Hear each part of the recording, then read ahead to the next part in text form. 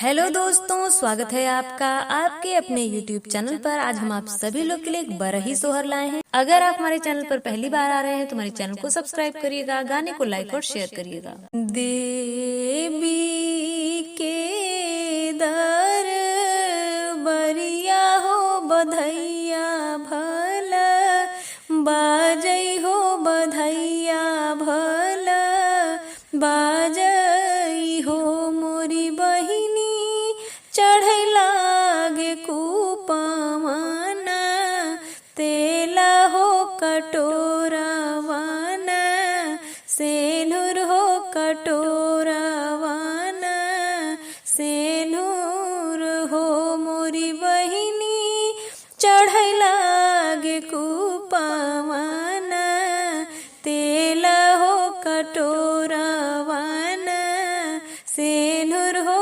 कटोरावाना, सेनुर हो।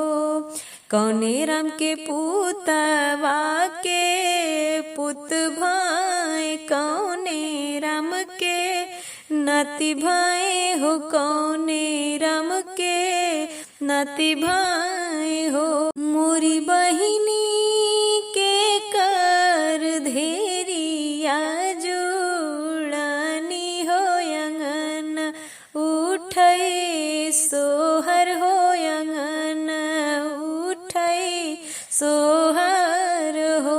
मोरी बहिनी के कर धेरिया जुड़ानी हो, महल उठै सोहर हो, महल उठै सोहर हो।